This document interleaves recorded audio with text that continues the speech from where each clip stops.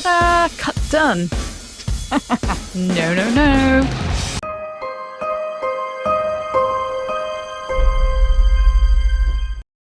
Welcome back to Pretty Scary Butte, or hello if you're new here, please subscribe. Today I will be looking at two popular SFX materials, liquid latex and two-part sculpt gel. I will be producing a cut with each and showing you how to do this and comparing the virtues, the pros and cons, and I will be using this picture right here as my reference. Let's get into it. Oof! First up, liquid latex. Take some cotton wool and some latex. Draw where you would like your cut to go using a lip liner, and then just pull off some little wisps of cotton wool to build up the edges of your cut. Apply a little bit of latex to the skin where you would like the cotton wool to stick, and just stick it right on in there. Then, using some more liquid latex on a spatula, simply dot this on to saturate the cotton wool. This way you can start to sculpt and form and shape your cut and smooth the edges so you get a nice seamless blend between your skin and the cotton wool. Once the latex and cotton has completely dried, it's time to colour your cut. Now I'm using alcohol tones and I'm just building up very thin washes of colour, a red blood tone basically to blend the liquid latex and cotton wool into my skin. If you don't have alcohol paints, because they are quite expensive, you can use whatever you happen to have, whether that's water-based face paints or grease paints. Just try and build up your colour in light washes or with a light hand, just so it doesn't look too heavy-handed. This way it will look a little bit more realistic. Paint the inside of your cut with some blood tones too, using a brighter tone and then a deeper tone around the edges of the cut to create some depth. And then you just want to start making some blood effects. So I am just dotting on some more of that blood toned alcohol paint, and then I will actually be putting on some liquid blood, which is what you see here, just to create that nice wetness and that nice kind of juicy new cut look. Ugh, gross. And there we have it. Now, a good tip for you to make your blood work look nice and realistic is to dot some on and then dab a little bit off with either your finger or a baby wipe, because this way you end up looking a little bit more realistic and it not being drenched with blood, which is a mistake that a lot of beginner SFX artists make. And here we are, the finished liquid latex and cotton wool cut. And that's turned out pretty well, I think. So I'm just going to leave you to luxuriate in the images of the liquid latex and cotton wool cut.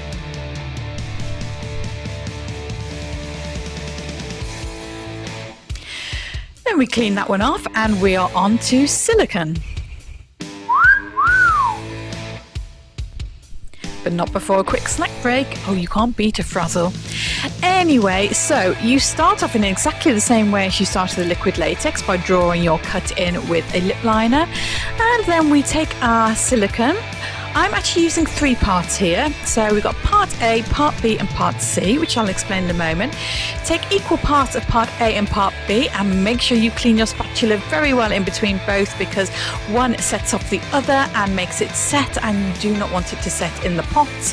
Then take a little bit of part C. Now part C is basically a softener, so this will allow your silicone to dry a little bit softer, so it will move with your skin a bit better and be a bit more flexible. But this is optional, you don't have to use this, but for something like this, a cut on a fleshy area, it does work really well. Then you literally just pick up your silicone with your spatula and you sculpt your cut. I'm not going to lie, this can be a little bit fiddly, but practice makes perfect. So you can use a baby wipe to remove any excess silicone, and then you want to take some IPA, that's isopropyl alcohol, 99% alcohol, which is the same stuff you use to activate your alcohol paint, and just use that to smooth and blend the silicone into the skin to create a nice smooth seamless finish. You can also take a little bit on a sponge and dab that over just to create a little bit more of a realistic texture rather than that really smooth silicone. Then you simply leave it to set. Then I'm basically colouring the silicone cut in exactly the same way that I coloured the liquid latex and cotton wool cut, using thin washes of alcohol tones. Now with this two-part silicone, it doesn't actually paint very well with water-based face paints because they don't really adhere very well to the surface of the silicone. So if you don't have alcohol paint, you are better off using grease tones. However, if you can stretch to alcohol paints within your SFX kit, then they do really work the best for silicone. They create the most realistic look, and yeah, they're just the best all round. I do have a video planned for later this year explaining how you can build up your SFX kit on a budget, including alcohol paint, so stay tuned for that. Anyway, as you can see, I'm just painting the inside of the cut exactly the same way as I painted the latex and cotton wool. And there you go, there it is painted, and all we need to do now is add blood. Now I'm using the Silicone Flow Blood by Robert Smith, which is absolutely amazing.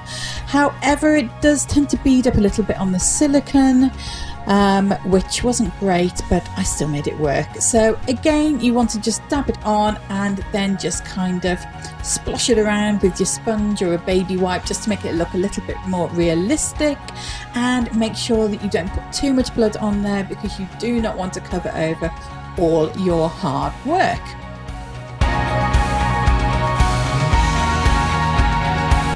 So here is the finished cut. As you can see, it looks ultra realistic. You can't really tell where the real skin ends and the silicone start. I'll show you a bit of a close-up so you can see this even clearer. And yeah, it just looks really realistic, and it moves realistically as well, as you can see. So yeah, I'll leave you to luxuriate in the silicone cut now. And off we come. Hello, my name's Silicone Cut. So which material was best? Let's look at the pros and cons of each. And in the blue corner we have latex. Oof. So pros first of all, latex is cheap and readily available. It's easy to sculpt when using it with cotton wool. And it's great for beginners, and it's just an all-round hero product. Very versatile indeed. And the cons? Some people are allergic to latex, quite severely allergic in fact. It can look a little bit unrealistic, I'm not gonna lie. It stinks to high heaven. If you've never smelt latex, it smells very much like fish. And finally, it ruins anything it's spilt on. So yeah. Anyway, moving on. In the red corner, silicone.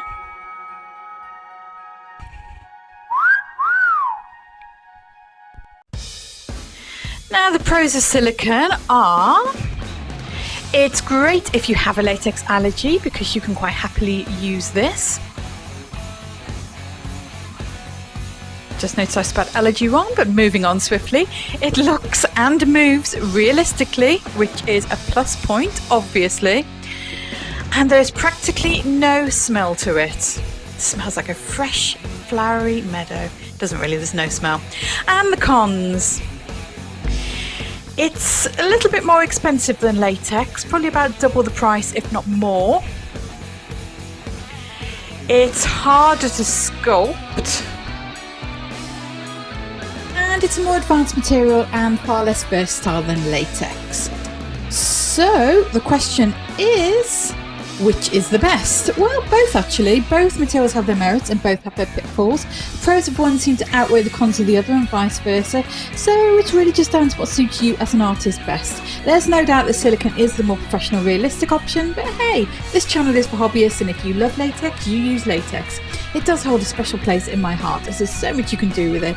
So we have a joint first place tie for the superb silicone and the lovely latex. Which is your favourite? Answer down below. Take a bow, you lovely pair, and I'm out of here. Bye!